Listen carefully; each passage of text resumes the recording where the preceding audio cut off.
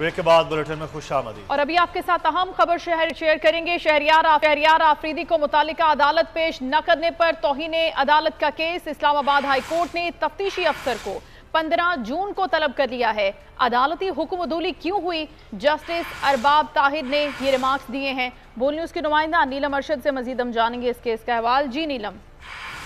बिल्कुल जी, आपको बताएं कि इस्लामाबाद हाई कोर्ट ने पुलिस के तफ्तीशी अफसर को 15 जून को तलब कर लिया है। अदालत ने दौरान समाअत ये रिमार्क्स दिए कि अदालत क्यों हुई, क्यों ना तौहीन अदालत की कार्रवाई जो है वो शुरू की जाए। साथ ही साथ अदालत की तरफ से ये कहा गया है कि अदालती हुक्म के बावजूद 7 जून तक क्यों नहीं पेश किया गया। आपको ये भी बताएं कि इस दरख्वास्त में ये सदा की गई थी कि अदालत पुलिस के खिलाफ तौहीन अदालत की कार्रवाई शुरू करे। 7 जून तक शहरियार आफरीदी को मुतल्लिका अदालत में पेश करने का हुक्म दिया गया था।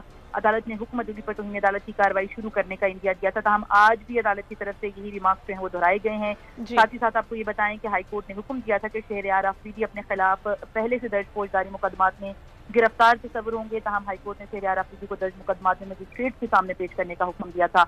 और अदालत ने आपको बताएं कि ये कहा है कि अदालती हुक्म अदली क्यों हुई है, क्यों ना तौहीन अदालत की कार्रवाई शुरू की जाएगी, कहते हुए अदालत ने पुलिस के तफ्तीश अफसर को 15 दिन तक तलब करी है। बहुत शुक्रिया आपका नीलम अरशद।